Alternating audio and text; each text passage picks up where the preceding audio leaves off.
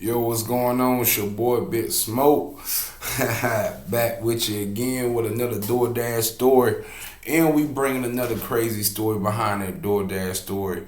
A lot of people been telling me they like what they hearing and stuff like that. So like, share, subscribe for more content. So, we just gonna jump right into it. Got some stories for you. So whatever you drinking on, whatever you smoking on, go ahead and get it ready. Y'all know how we do it. We're gonna get it popping. Alright.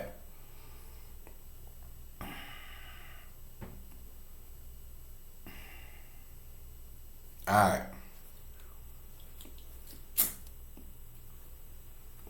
Living in the state of Colorado, you know what I'm saying? Make sure you drive safely, do not, drink and drive, no DUI and drive, stuff like that. So make sure y'all keep that stuff in mind, alright? So, when you're at home, you can do whatever you want to do in your personal time. Alright, check it. For those of y'all who live in Colorado, I gotta tell you this one right here. And then after that, I'm gonna tell y'all a story of a dude named Heavy. Alright? Check it out. So, I was on like the federal end. I was on the Lakewood end. I had to go to Wingstop.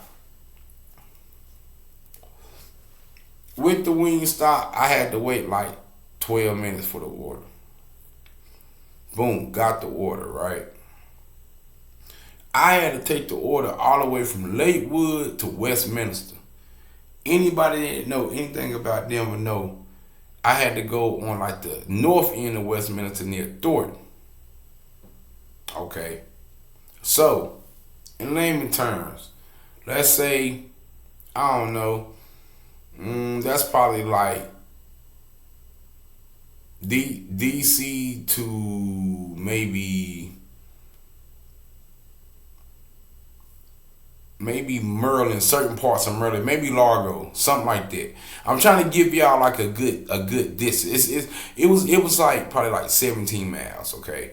17 miles. So keep this in mind.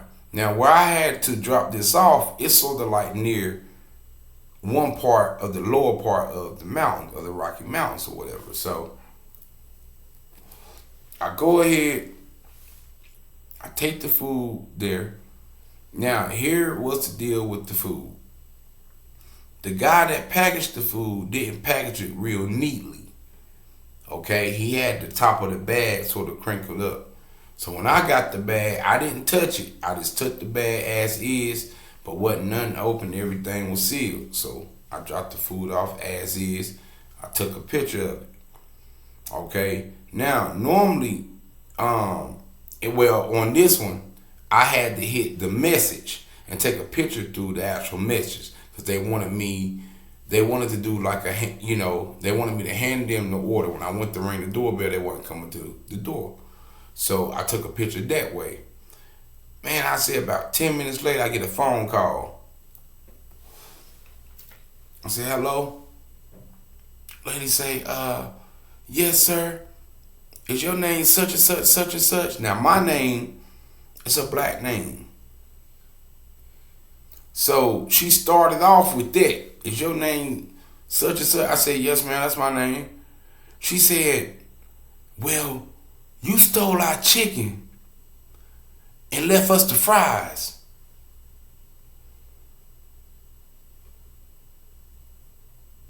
What? Whoa, wait, hold on. Let me take this back. First, she asked me, was my name John? I said, yeah. My name is it's a black name, okay? I ain't gonna get my full good. If you know my name, you do. If you know, I ain't about to, I don't go through all that. But anyway, then she went in and said that I took the chicken and left the fries.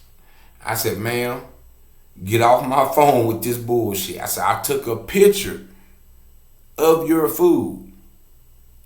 Did you get the picture? She said, yeah, there's something missing. And then I said, ma'am, enjoy your food, enjoy your night. I'm hanging up. I hung up the phone. God know I dropped the food off. I didn't know what she was gonna do. She called me back. You took the food. I said, ma'am, at first you said I took the fries out. I took the chicken out and left the fries. Now you calling me back saying I took the food. I said, ma'am, the food is right there. No, you took it. I said, ma'am, why? Think about it, y'all.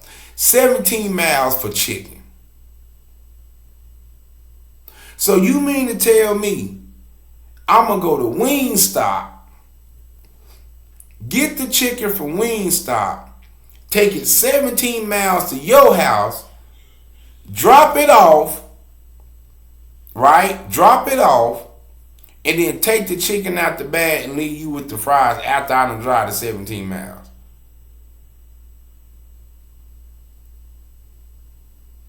What would be the purpose in doing that? So let me explain this again. 17 miles to steal some chicken. Come on, man. If anything, I just would have took the chicken from Wingstop. I would have never even dropped it off at your house. I would have faked it. Why go to your house and get seen, be looked at, be spotted, and then steal the chicken and leave the fries? So I had to call DoorDash to rectify the situation. DoorDash saw on the app that I dropped the food off. So it wasn't no dispute. So I got to keep the money. Then she got her money back, because they said it still was a customer complaint. I said, ma'am, that was BS. No one is driving 17 miles just to steal chicken. If they really wanted chicken, they just could have just took it from the get-go. But we making money. Chicken ain't nothing but it's less than $5 to $10. I can get my own damn chicken. I don't have to drive 17 miles to steal chicken out of a bag to leave somebody with some fries after I done been spotted. Alright? So that's my DoorDash story. Like, no. So for all y'all DoorDashers up there, be careful of that. Make sure you take your pictures. You got your documentation. You got everything on deck, because them people will try anything, okay? Anything. Alright, so let's cut into this right here.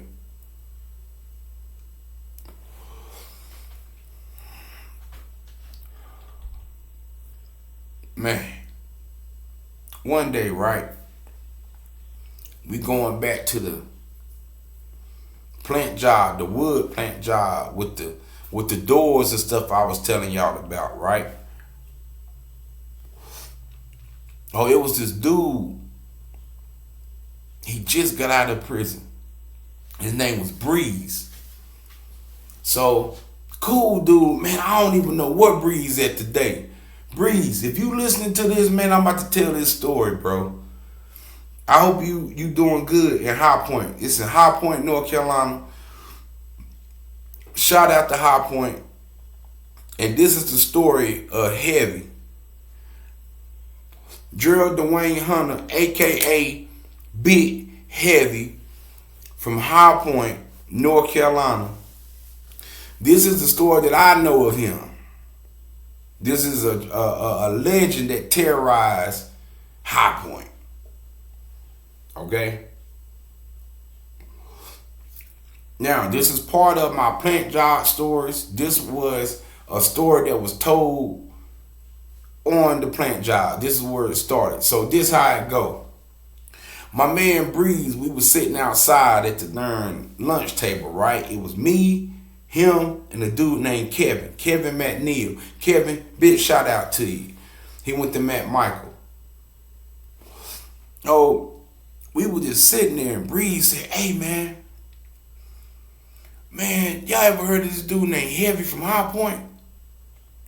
We said, nah, we ain't never heard of him. He said, y'all never heard of Heavy? We said, nah, we never heard of him. He said, man, I'm telling you. He said, man, I was there. He said, I was there when that dude got killed. And we was like, what? He was like, yeah, like, he was like, I was there. Hold on, y'all, hold on. Hey, babe, I'm hearing your radio, babe. See, there in the middle of my live, I'm trying to do my live. I'm just being interrupted. Sorry, y'all. So, all right, let's get back to it. All right. All right, babe, you good? Okay, so now I can hear y'all. I'm sorry, y'all. We in the story. She didn't know. All right, so look, check it out. So let's get back to it. So he was like, yo. He said, man, I was there when he got killed. We was like, what? And this is how he started the story. He was like, yeah, he was like, he said, the man went to go fight another guy because the guy was sleeping with his girl. Breed said he didn't even believe in God until this day. He said when this dude was about to fight people, he would draw crowds. I mean, like mad crowds. You know what I'm saying? It's just mad crowds, man. You know what I'm saying? So anyway, he was like, he went there. The dude challenged the dude to come outside. The dude wouldn't come outside. And the dude told him, if I do come outside, I'm not coming out to fight fair. So Heavy kept, telling him, come on outside, till eventually the dude came outside with his gun. And Heavy charged at him. When Heavy charged at him, they said the dude unloaded the clip on him and killed the guy. They said at the time when the dude was unloading the gun, they said Heavy was telling him he eat bullets. They said Heavy kept charging towards him. They said till he failed. But Breeze said, and this was the particular thing that got me. He said when he died, something dark floated out of his body into the woods. And he said, Smoke, that's when I believed in God ever since. I said, what? He said, man, I'm not lying, man. He said, I ain't believe in God, bro. He said, I didn't until I saw that. He said, that's hell, bro. I said, dang. I said, okay. So some time go by. Another dude started working there named James McClain. He was telling me he from High Point and everything. He played football. He had an older brother named Rip that played football. Shout out to James McClain at High Point. He said, no, I was like, hey, yo, you from High Point, right? Because we was working on the machine, on this molder machine. He said, yeah. I said, you ever heard of Heavy? He on the machine? He said, Heavy? I said, yeah, Heavy.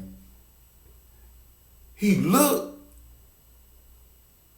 He said, man, I had some run-ins with him. I said, for real? He said, man, yeah. He said, you never heard of Heavy? I said, no. He said, man. He said, bro, why did you say that name? I said, man, what's up? He said, man, you just brought back memories. I said, what? He said, man, yeah, bro. He said, if you ever heard of that dude, he said, everything you heard is true. He said, my brother made me fight that dude one time, man. He said, I did not want to fight that dude. He said, that dude already had attempted murder charge for dropping a cylinder block on somebody's head. Then he said the dude caught another charge because he threw his baby mama from the second window of the apartment complex. She's still living today with a broke leg. So he said he didn't want to fight him. He said, but his brother Rip made him fight him. And he said, man, he said, I ain't never been hit so hard. I said, what? He said, man, I ain't never been hit. He said, man, that joker hit me in my right jaw so hard. He said, man, after that fight, I went home, went to sleep, woke back up, my left side where I hurt. I said, God dang. He said, man, that dude would hit me. He said, I was looking in his hands to see if he had bricks in his hand. He said, I would, ooh. He said, I was grunting. He said, that's how hard that dude was hitting me. I said, man. He said, man. He said, I was scared of him. He said, I was scared. And he said, matter of fact, he said, me and my homeboy, we went to a party. He said, 'cause normally, if you at a party and Heavy at a party, you see Heavy placing bets, you need to get on out of there. Because somebody about to get knocked out. They said it was a dude named Rick, or something like that. They say Rick was clean. They said Rick had the duck head shirt. Say he was, you know what I'm saying, had the they say he had the khakis on. Say he had the what the All-Star Jones. They say fresh. They say, look, man, Rick, you need to go, man, because Heavy over there placing bets. He said, nah, man, I'm here, man. The women here. They said, all right, man, we out. So James said they left. He said, man, watch this. He said, just watch. He said, next thing you notice, said Rick come. He said he came right busting through the door. See, Heavy them beat that boy down just for the heck of it. And then he was like, man, one night, he said, man, I was clean, man. He said, I went over to a girl house. You know what I'm saying? I was over there feeling all good. He said, man, I was coming home. And he said, all of a sudden, he said, I seen some dudes in the cut. And they were like, Jane, that's you? And Jane said, he said he looked. He said he seen a big dark shadow. He said, yeah, it's me. He said, who that? That's Heavy? And he said, Heavy said, get them, boys. He said he took off. So Heavy was terrorizing people. Man. But let me tell y'all though, on some real stuff. This dude here was really that dude, bro. He terrorized a whole town. There was only one dude that could get down, where it was two dudes. It was one dude they said that could beat him. His name was Greg Commander. And Greg Commander was with a crew called the Juice Crew in High Point. And they caught mad Fed charges. He's now an activist right now. But Greg Commander, they had to jump him. He lost an eye because he got jumped. That's how nice he was with them hands. So Heavy couldn't beat Greg. And Greg had a lot of brothers too. So Greg was straight. But it was another dude named Jerry Jenkins. They said that Heavy and Jerry Jenkins fought at Washington Terrace Park until they got tired. They said it was like a 2-hour fight. And they said those the only two. But they said, man, the girlfriend, he threw her from the second floor. We tried to contact her to do a story, right? Because the dude I used to work with was personal friends with her. And he was like, man, you know, my man want to do a story. And she was like, why you want to bring him up? She's like, I'm glad he gone. That's what she said. She said, I'm glad he gone. She said, man, all he did was fight. Picking on people, taking people money, all that.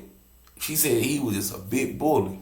So they said this right here. It was another dude I met. And he told me the final story. And he said this. He said after Heavy was killed, he said in the funeral home, he said they broke in it, opened his casket, spit on him, punched his face, trashed his casket, everything the night before his funeral. So they said they had to have like a secure funeral. They had to fix his body up, you know what I'm saying, redo the date, and have it like a secure funeral. They said when they found out he got killed, they said the police department celebrated. They said the police department celebrated. They said the police department got tired of dealing with this dude. Real talk. They celebrated this dude's death.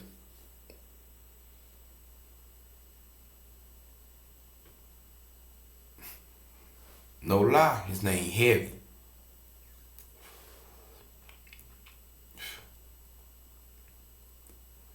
I met a homeboy of his.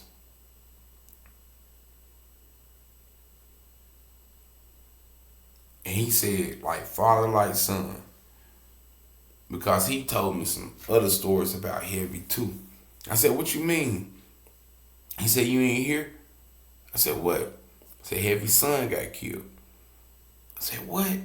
He said, yeah, damn near the same way.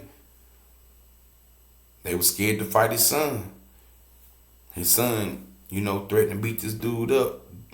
The dude went looking for him. Like, he got to get him before he get him. So he killed him in the club after they got into an altercation. And I was only able to find like one picture of Heavy, man. Real talk. And these are just stories I heard about this dude.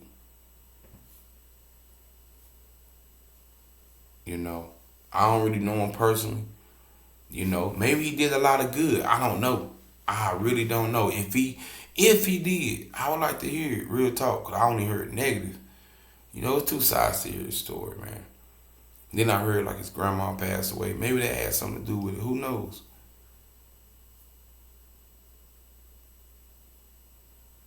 But they said he was so evil, something dark floated out into the woods after he got killed. They cut and destroyed his body, and the police department celebrated. So, hope y'all like the story. Take it all in for what it's worth. About to go up in here and chill with Miss Smoke. We about to jam out, have a couple of drinks, and do what we do, man. Alright? So, rock out. Hope y'all enjoy the story. Like, share, and subscribe for more content. Alright? Peace.